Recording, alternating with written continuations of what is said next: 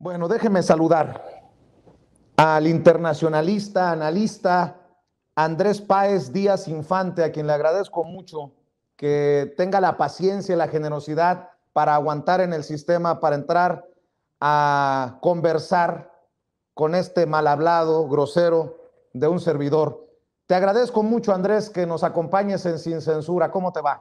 Querido Vicente, muchos saludos a ti y a todo tu auditorio y muchas gracias por la invitación. Pues realmente lo único que me exaspera es escuchar a Krause.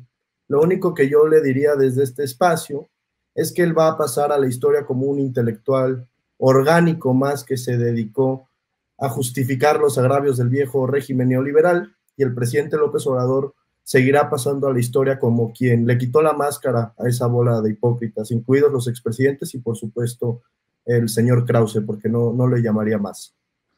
El señor Krause, beneficiado y muy bien por el Muy bien gobierno de beneficiado. Peña Nieto, por eso son nostálgicos.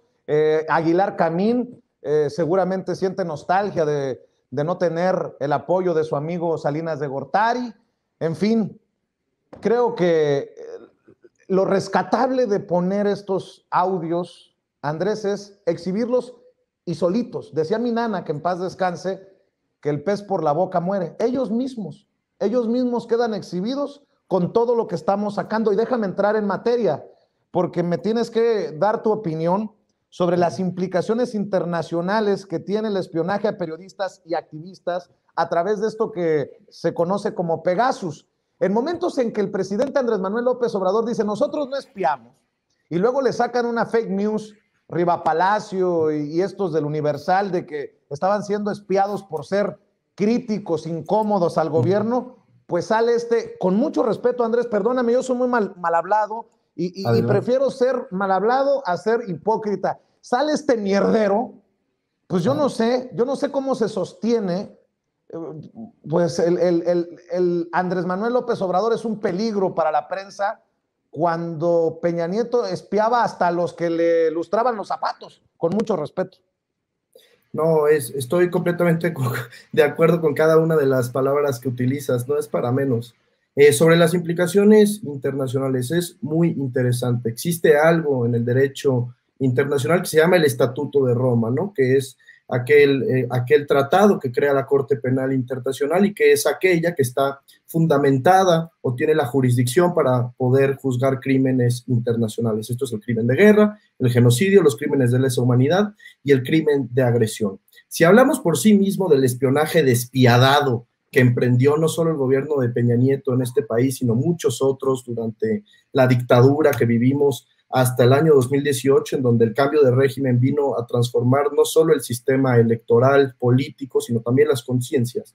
Si hablamos específicamente del espionaje, es muy difícil tratar de encuadrarlo en un crimen internacional, es decir, por sí mismo no resulta un crimen, pero sí resulta un crimen de lesa humanidad, porque si leemos el Estatuto de Roma, la persecución de un grupo o colectividad con identidad propia fundada por motivos políticos, raciales, nacionales, étnicos, culturales, religiosos o de género, representa crímenes de lesa humanidad. Y por supuesto que el gobierno de Peña Nieto vino a confirmarnos lo que ya todos sabíamos que era un gobierno no solo represor y asesino, sino sobre todo espía de cualquier tipo de disidencia política. Es verdaderamente sorprendente que tantos intelectuales orgánicos hayan callado como momias, incluso hayan recibido dinero del gobierno federal con rampantes de felicidad y que ahora vengan a criticar una supuesta dictadura que lo único que está haciendo es hacer la vida pública cada vez más pública. Entonces, si hablamos de las responsabilidades internacionales que podría enfrentar Peña Nieto, por supuesto que se le podría juzgar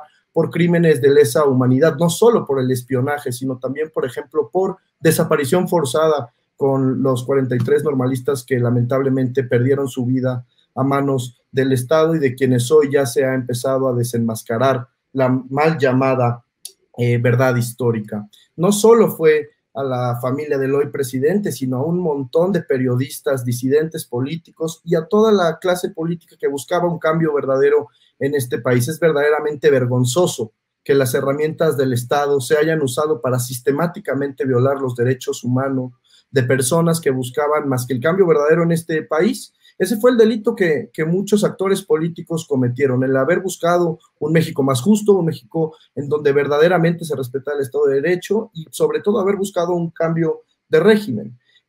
Hay algo que es muy importante puntualizar. Para que la Corte Penal Internacional pueda ejercer su jurisdicción en cualquier estado que haya suscrito el Estatuto de Roma, primero se tienen que agotar los mecanismos de las instancias nacionales, el Poder Judicial en cada país, ¿no? Las instancias pertinentes.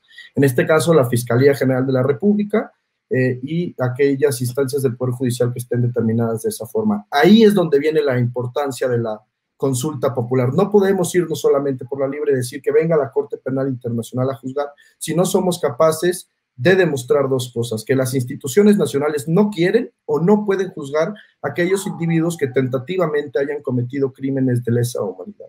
Esa es la gran importancia de que este 1 de agosto salgamos a participar. Leía los comentarios hace un momento aquí en tu espacio, la gente está muy entusiasmada y tenemos que brindar de respaldo popular a las instituciones para que sigan las investigaciones pertinentes, se pueda hacer una comisión de la verdad como la que fue creada específicamente en el caso de Ayotzinapa, y sigamos consolidando el cambio de régimen en nuestro país, el cambio de sistema político, y sigamos verdaderamente trabajando para que México pues llegue a ser la ansiada democracia que muchos queremos tener, una democracia donde todos participemos, donde tomemos las decisiones en colectivo, pero sobre todo una donde se deje de espiar, como ya lo ha mandatado el presidente López Obrador, a periodistas y disidentes. Es muy importante para la verdadera consolidación de un Estado de Derecho, y el presidente fue muy claro: desde el 1 de diciembre de 2018, en este país se terminó con el espionaje a todos aquellos que resultaban ser incómodos al poder. Andrés, esto es muy fuerte lo que dices. Para las personas, incluso para estos intelectuales orgánicos a los que no les queda claro, o académicos que incluso dicen, se atreven a decir, es que no entiendo la pregunta y por eso no voy a participar en la consulta. Bueno, Andrés, sí. Perdóname, ya me das tu análisis. Es que básicamente dices que esta consulta puede ser el primer paso para llevarlos incluso ante instancias internacionales a estos expresidentes, y eso es muy cabrón. Claro, es el primer paso a seguir. Como ya habíamos mencionado, el mismo Estatuto de Roma, que es este gran tratado que muchas naciones firman y ratifican, entre ellas México, para juzgar crímenes internacionales, el mismo estatuto dice: entraremos en campo de acción o tenemos la jurisdicción sí, solo sí, las instituciones nacionales no quieren, en el caso de dictaduras, por ejemplo, o no pueden juzgar los hechos en cuestión. Y el gran meollo de la consulta popular es dotar a esas instituciones de la legitimidad suficiente para que puedan funcionar para lo que fueron diseñadas. Porque hay que recordar que la gran mayoría institucional para impartir justicia en México fue diseñada a raíz de una falsa transición en donde dos partidos que soslayaban o que sostenían el mismo régimen político y económico se pusieron de acuerdo para alternar el poder, pero no para cambiar el régimen político de México. Habría que decirle a Viri Ríos, que creo que es a quien estamos aludiendo por un tuit que puso, sí, claro, que el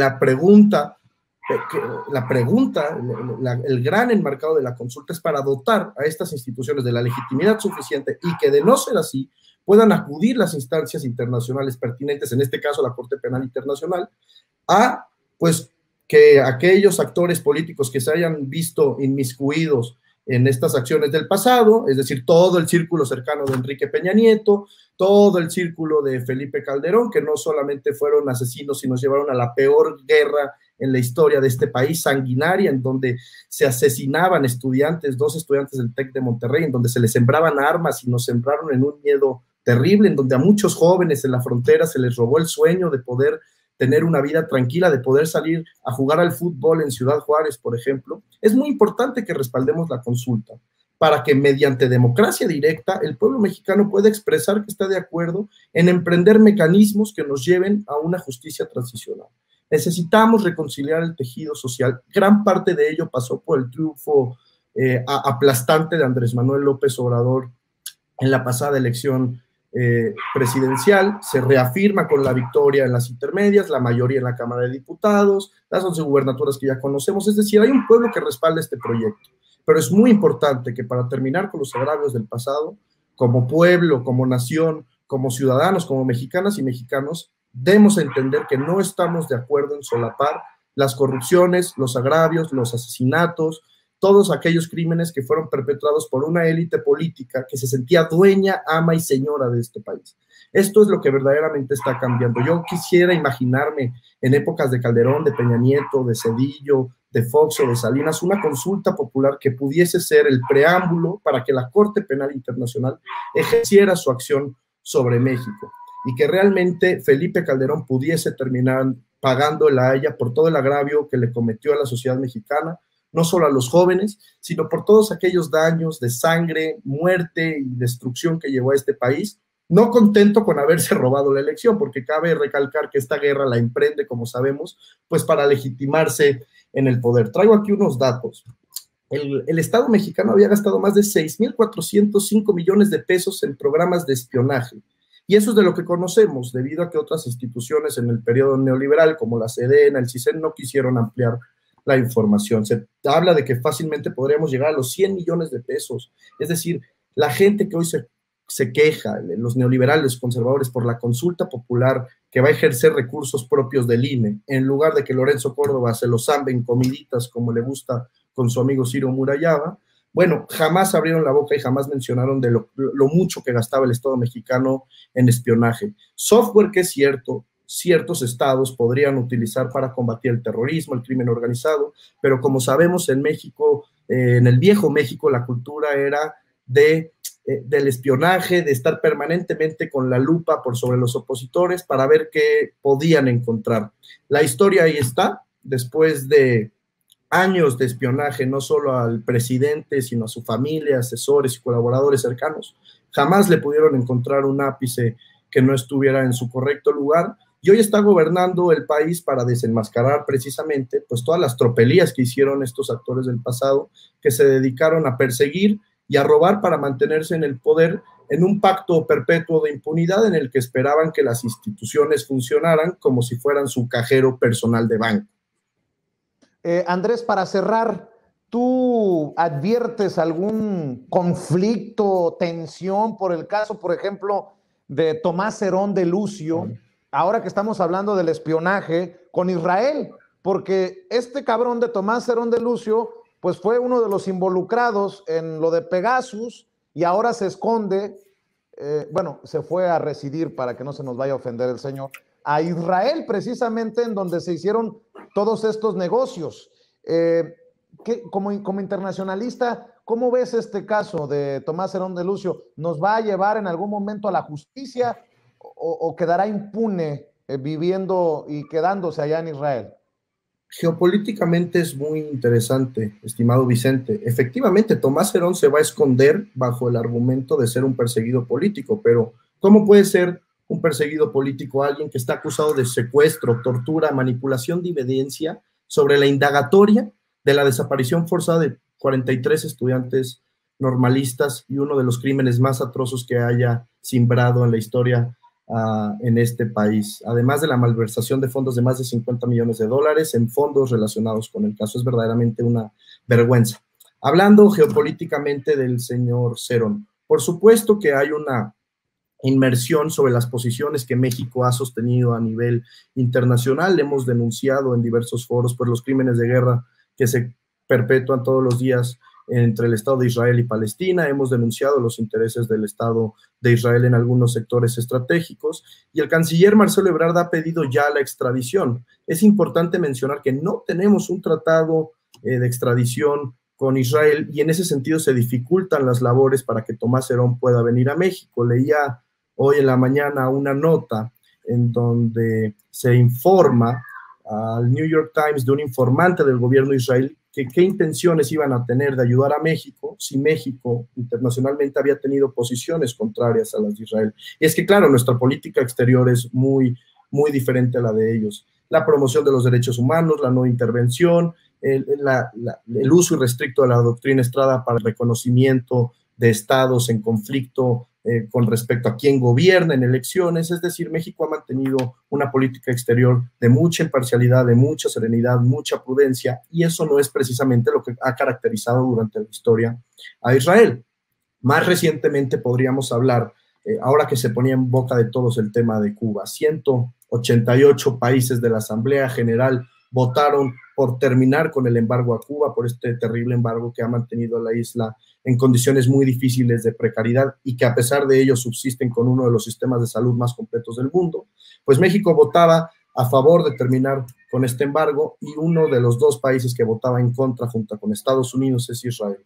Es decir, sí hay posiciones geopolíticas que pueden dificultar el ejercicio de la acción penal sobre Tomás Herón, cuenta con una ficha roja de la Interpol, pero el gobierno mexicano ha sido muy insistente en que su presencia en el país es necesaria para que se deslinden las responsabilidades pertinentes y ahora sí que queda en las manos del Estado israelí la decisión o no de apresarlo, dado que no tenemos un tratado de extradición, y también en la habilidad diplomática de México. Yo estoy seguro que el canciller Marcelo Ebrard, con la excelencia que ha manejado siempre su política exterior, ha sabido llevar bien la relación con el nuevo presidente Biden, libró perfectamente la relación con el presidente Trump, revivió prácticamente la comunidad de estados latinoamericanos y caribeños, estamos volviendo a la escena internacional con posiciones prudentes, hemos procurado donar vacunas, hemos promovido el mecanismo COVAX, es decir, el canciller tiene la habilidad para lograr que las presiones necesarias sean ejercidas, respetando la soberanía siempre del Estado israelí y haciéndoles ver la importancia que tiene que ver el esclarecimiento de la verdad, la importancia que tiene el señor Cerón y la importancia de que alrededor del mundo procuremos entregar a torturadores y asesinos, como lo es el señor Cerón, a las autoridades pertinentes para que las instituciones de justicia de cada país pues lleven a cabo los mecanismos pertinentes para que se termine con la impunidad. Yo estoy seguro que el canciller tiene la habilidad suficiente para hacerlo, pero es importante que tu audiencia sepa que esto está en manos de Israel, dado que no tenemos un tratado de extradición vigente. Estimado y admirado Andrés Páez Díaz Infante, ¿por qué no cerramos invitando a la gente para que te siga en redes sociales? No sé si tengas canal de YouTube, no sé si puedas compartir tus trincheras independientes con nuestra audiencia. En Twitter estoy como @AndrésPáezD, ahí usualmente pongo todo lo que pienso antes de pensarlo dos veces, porque si no, no sería realmente Twitter. Y pues desde este espacio también hacer un llamado a que salgamos a participar en la consulta popular del 1 de agosto. Es un esfuerzo colectivo de millones de hombres y mujeres que estamos cansados de tanto agravio, de tanta impunidad, y es un ejercicio de memoria histórica para todas aquellas víctimas que fueron silenciadas, asesinadas, desaparecidas por un viejo régimen de corrupción, neoliberalismo, opresión y muchísima miseria. El país está en marcha de un cambio de régimen inédito y es importante que este 1 de agosto salgamos a decirle toma tu voto a todos aquellos expresidentes corruptos que se sentían intocables, pero que hoy por fin están siendo efecto de un reclamo popular de justicia inédito que hace mucho tiempo no veíamos en México. Qué claridad, mi querido Andrés, te agradezco mucho, te mando un abrazo y estamos al pendiente, ojalá que regreses muy pronto. Admirado Vicente, siempre muy a tus órdenes de ti y de tu auditorio. Muchas gracias. Pues ahí está la opinión sin censura.